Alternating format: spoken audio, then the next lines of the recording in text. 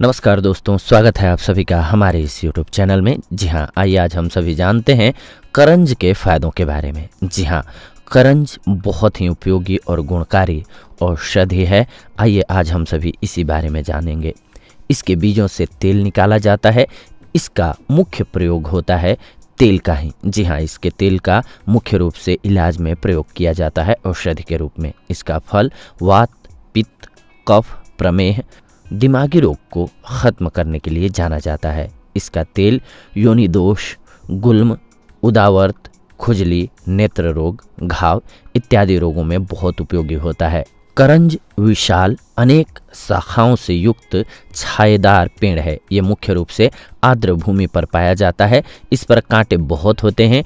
इसके बीजों का आवरण कौड़ी के समान सख्त होता है। कटीले होने के कारण लोग इसे अपने खेतों की मेड़ पर, मुंडेरों पर यानी कि, या फिर खेतों के आसपास लगाते हैं, घरों के आसपास लगाते हैं या बागों के आसपास लगाते हैं ताकि जानवरों से उसकी सुरक्षा हो सके। जी हाँ, कटीला पेड़ होता है ये। अब आइए जानते हैं आज हम सभी इसके कुछ एक बहुत ही महत्वपूर्ण लाभों के बारे में। जी हाँ, सबसे पहले तो ये खाज खुजली में बहुत लाभकारी होता है।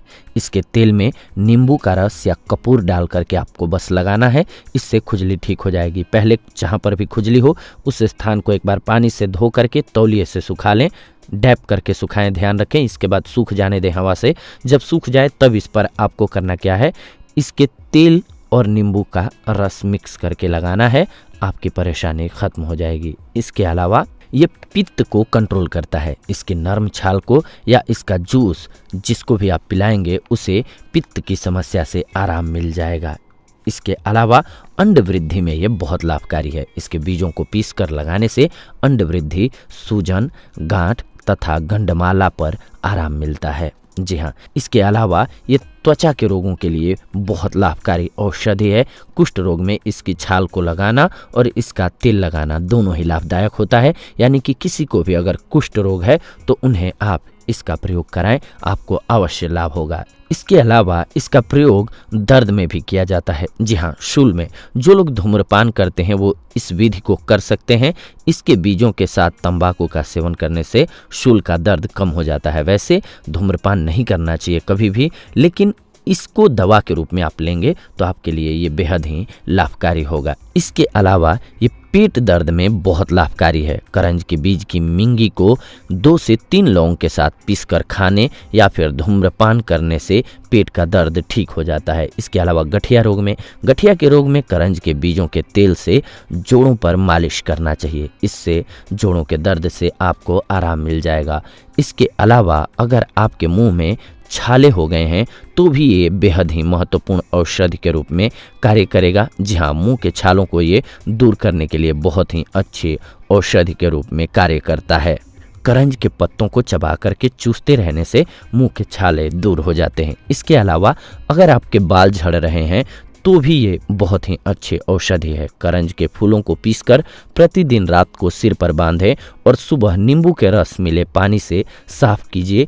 इससे बालों का झड़ना बंद हो जाता है और गंजापन दूर हो जाता है। इसके अलावा किसी को भी अगर सूखी खांसी है तो 15 ग्राम करंज के बीज की गिरी को पीसकर पानी में मिलाकर छोटी छोटी गोलियां बनाइए और बना करके छाया में सुखा लीजिए, फिर रख लीजिए। यह एक गोली सुबह शाम सेवन करना है आपको। इससे सूखी खांसी दूर हो जाती है। इसके अलावा अगर किसी को भी फीवर है यानी कि बुखार है तो बुखार से ग्रस्त रोगी को करंज के बीजों का चूर्ण 30 मिलीग्राम सुबह शाम सेवन कराना चाहिए। इससे बुखार ठीक हो जाता है। करंज के बीजों का चूर्ण 60 से 120 मिलीग्राम और काली मिर्च 60 से 120 मिलीग्राम की मात्रा में सुबह शाम सेवन करने से बुखार यानी कि तेज बुखार, शीत का ज्वर और मलेरिया बुखार ठीक हो जाता है। करंज के पत्तों का रस 10 से 20 ग्राम या करंज की जड़ 60 से 120 मिलीग्राम सुबह शाम बुखार से पीड़ित रोगी को देना चाहिए। इससे बुखार में आराम मिलता है। इसके अलावा कोई अगर दमा रोग से पीड़ित है तो उसके लिए भी ये बहुत ही अच्छी औषधि है। दमा रोग से पीड़ित रोगी को करंज के बीजों का काढ़ा बना करके पीना चाहिए। इससे दमा रोग में जल्दी ही आराम मिल जाता है। इसके अलावा किसी का अगर दांत दर्द कर रहा हो तो करंज के पेड़ की टहनी से दातून कराना चाहिए। दांतों एवं मसूड़ों का दर्द इससे ठीक हो जाता है। इसके अलावा कोई अगर माइग्रेन से पीड़ित हो यानी कि आधे सिर का दर्द होता हो उसे, तो करंज के बीजों को गर्म पानी में घिसकर थोड़ा सा गुड़ मिला करके नाक से खींचना चाहिए, इससे माइग्रेन ठीक हो जाता है। इसके अलावा इसका प्रयोग बांझपन को दूर करने के लिए भी बहुत ही गुणकारी है। सफ़ेद करंज की ताजी जड़ को दूध में पीसकर मासिक स्त्राव के चौथे दिन से प्रतिदिन 2 ग्राम की मात्रा में पीने से गर्भधारण होता है। बहुत ही अच्छी औषधि है ये। इसके अलावा अगर किसी के पेट में कीड़े पड़ गए हों तो करंज की मिंगी को भूनकर 3 ग्राम की मात्रा में दिन में 4 बार खाना चाहिए, इससे पेट के कीड़े समाप्त हो जाते हैं। ये बहुत ही अच्छी औषधि है।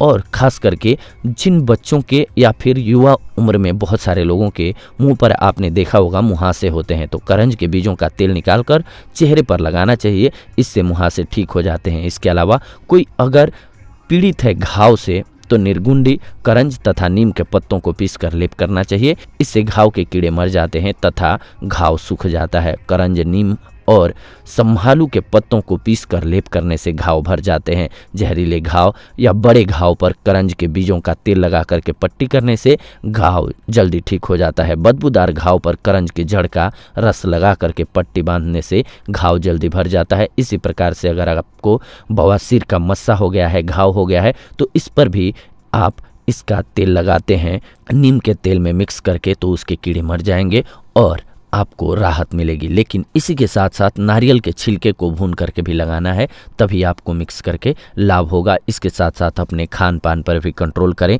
ये बहुत ही गुणकारी औषधि है। ये थी आज की जानकारी आप सभी के लिए। अगले एपिसोड में आप सभी के साथ जुड़ेंगे एक नई जानकारी के साथ। तब तक के लिए धन्यवाद। नमस्कार दोस्तों।